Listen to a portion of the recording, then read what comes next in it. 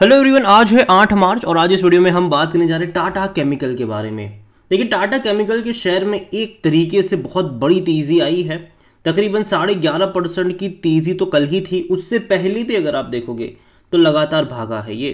अगर आप चार ट्रेडिंग सेशन में 5 ट्रेडिंग सेशन कह लो तो ये 940 रुपये से 1311 पे गया है।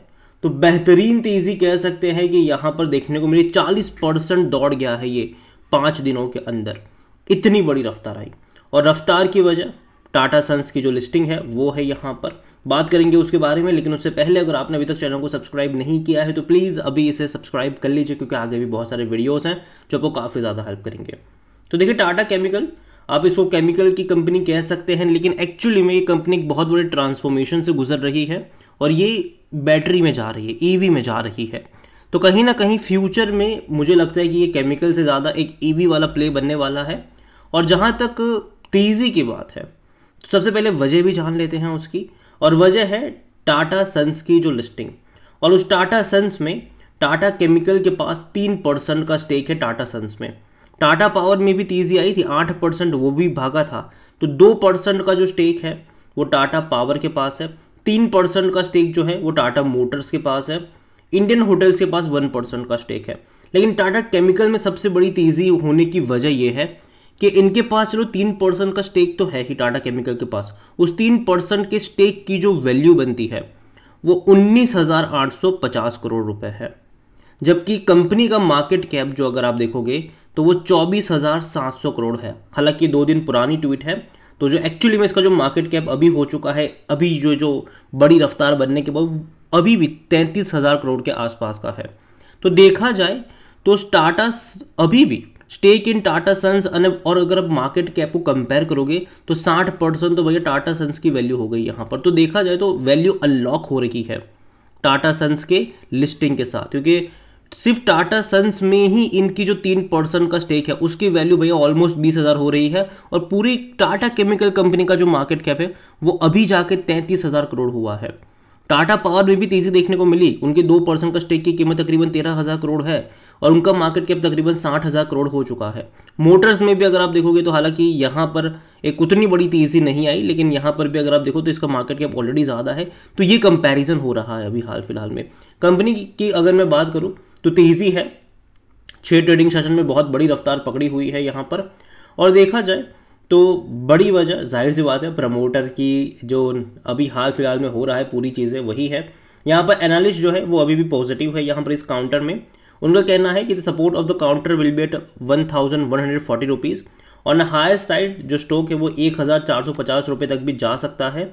Traders should also consider booking profits at current level. उनका ये भी कहते हैं, देखो जो लॉन्ग टर्म के निवेशक है वो चाहो तो बने रह सकते हैं, लेकिन जो ट्रेडर्स है वो बीच बीच में प्रॉफिट बुक करते रहेंगे।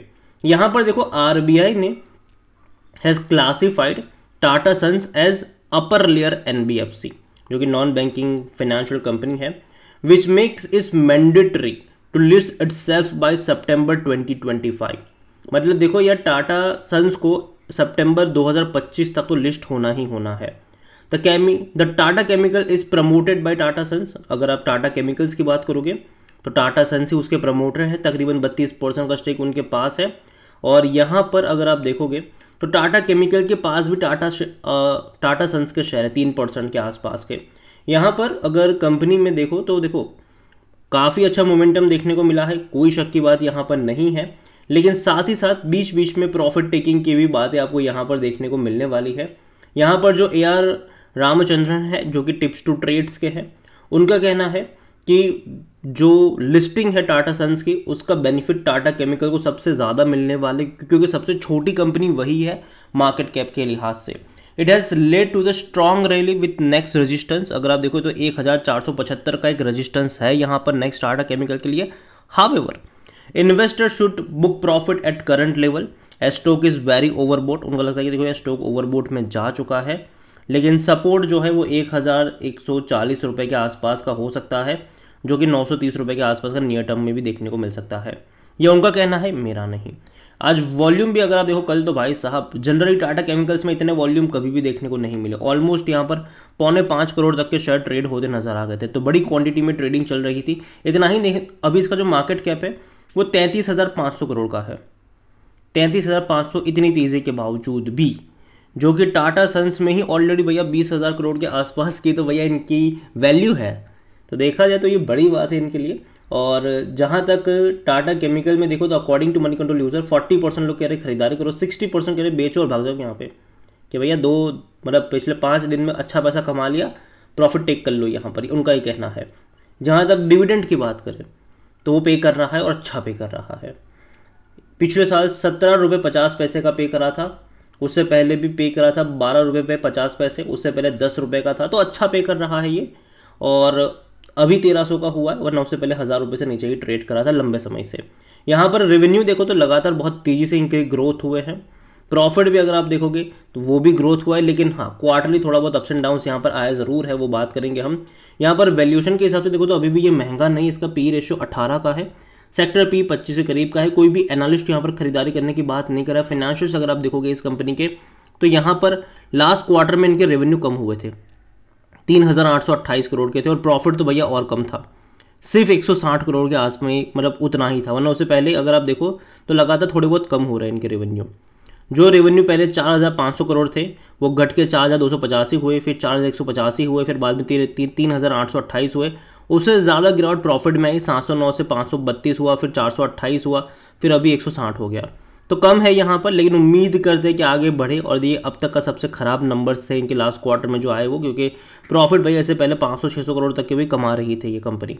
शेयर होल्डिंग के बारे में अगर आप बात करोगे तो जो प्रमोटर है उनके पास 37.98% की होल्डिंग है। प्रमोटर कौन है? टाटा सन्स।